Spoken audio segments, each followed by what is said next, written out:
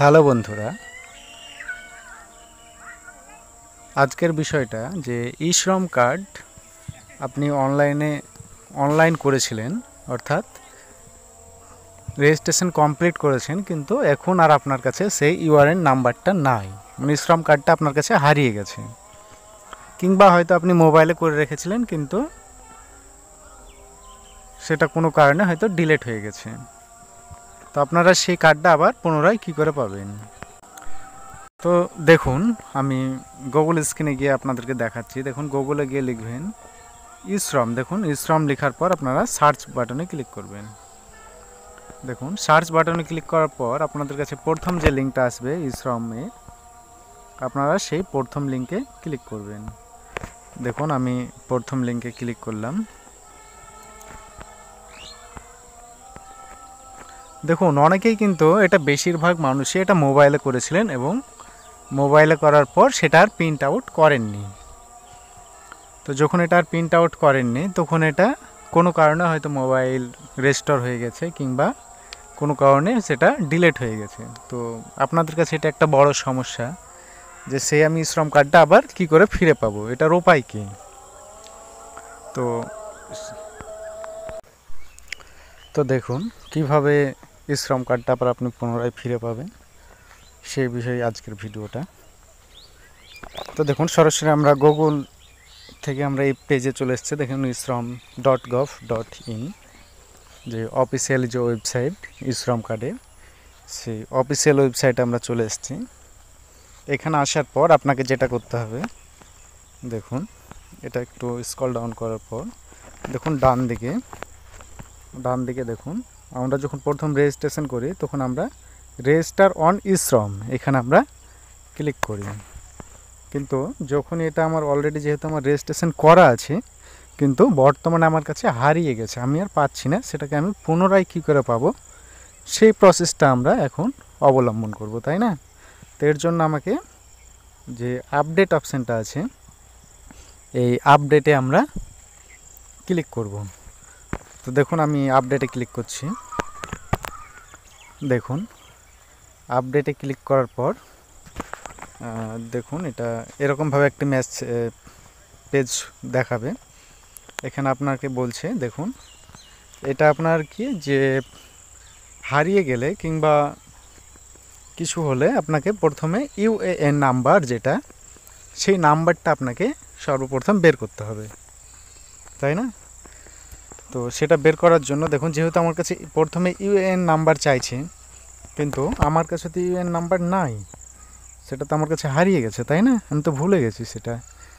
তাই আমরা প্রথমে ইউএএন নাম্বারটা বের করার জন্য, দেখুন, আমার বাম সাইডে দেখুন, এখানে 3 যে লাইন আছে, এখানে আমি ক্লিক করব। এখানে ক্লিক করার পর দেখুন যে অলরেডি যে রেজিস্টার অপশানটা আছে, অলরেডি রেজিস্টারেড, সেই অপশানে এবার আমি ক্লিক করব। তো দেখুন, আমি সেখানে ক্লিক করলাম। সেখানে ক্লিক করার পর দেখুন আবার 4টি অপশান আসবে।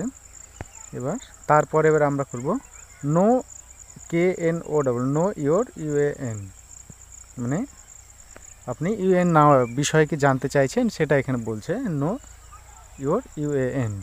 তো এবার আমরা এইখানে ক্লিক করব। তো দেখুন, নো ইয়োর ইউএএন, এখানে আমি ক্লিক করলাম।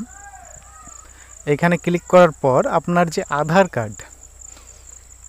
কার্ড নাম্বারটা, যে আধার কার্ড আছে, সেই আধার কার্ডের নাম্বারটা আপনাকে এখানে বসাতে হবে। আপনি যে আধার কার্ড নাম্বারটা দিয়ে আপনি রেজিস্ট্রেশন করেছিলেন, যার নাম নিয়ে যে আধার কার্ড দিয়ে করেছিলেন, তো সেই আধার কার্ড নাম্বারটা এবার আমরা এখানে বসিয়ে দেবো। তো দেখুন, আমি আধার কার্ড নাম্বারটা আমি বসিয়ে দিচ্ছি।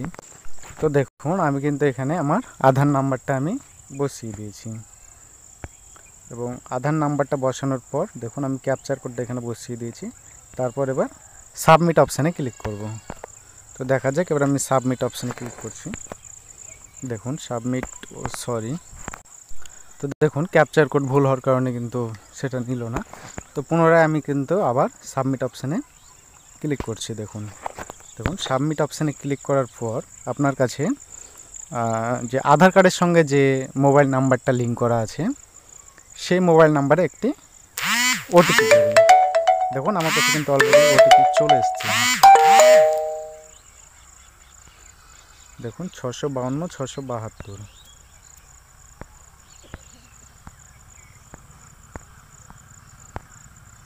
তো দেখুন আমার মোবাইলে কিন্তু অলরেডি ওটিপি চলে এসছে। দেখুন আপনার কোন মোবাইলে ওটিপি যাবে সেটা বোঝার জন্য দেখুন এই যে আপনার আধার কার্ড টিপার পর এই দেখুন আপনার যে লাস্টে যে মোবাইল নম্বরের 4টি সংখ্যা সেটা এখানে শো হবে। তো আপনার সেই মোবাইলেই ওটিপিটা যাবে। তো যেহেতু আমার কাছে ওটিপিটা চলে এসছে, এবার আমি ভ্যালিডেট এই অপশানে আমি ক্লিক করব। দেখুন আমি ভ্যালিডেট অপশানে ক্লিক করার পরেই আমার কাছে একটি নাম্বার চলে এসছে। দেখুন আমার কাছে অলরেডি কিন্তু know your universal account number UAN, দেখুন আমার কাছে কিন্তু যে UAN যে নাম্বারটা সেই নাম্বারটা কিন্তু অলরেডি চলে এসছে। এবং এই নাম্বারটা না থাকার কারণেই কিন্তু আমি আমার শ্রম কার্ডটা ডাউনলোড করতে পারছি না, তাই না? তো প্রথমে আমরা এইভাবে নাম্বারটা বের করে নেব। তো দেখুন এবার আমি নাম্বারটা বের করে নেওয়ার পর দেখুন হোম লেখা আছে, আমি হোম অপশানে ক্লিক করব। দেখুন হোম অপশানে ক্লিক করার পর আপনার কাছে তো দেখুন UAN নাম্বারটা বের করার পর কিন্তু কিভাবে ডাউনলোড করতে হয় এ বিষয়ে আমার চ্যানেলে একটা কিন্তু ভিডিও ছাড়া আছে। তো আমি সেই ডেসক্রিপশানে সেই লিঙ্কটা দিয়ে দেবো, আপনারা কীভাবে ডাউনলোড করতে হয় সেটা আপনারা দেখে নেবেন।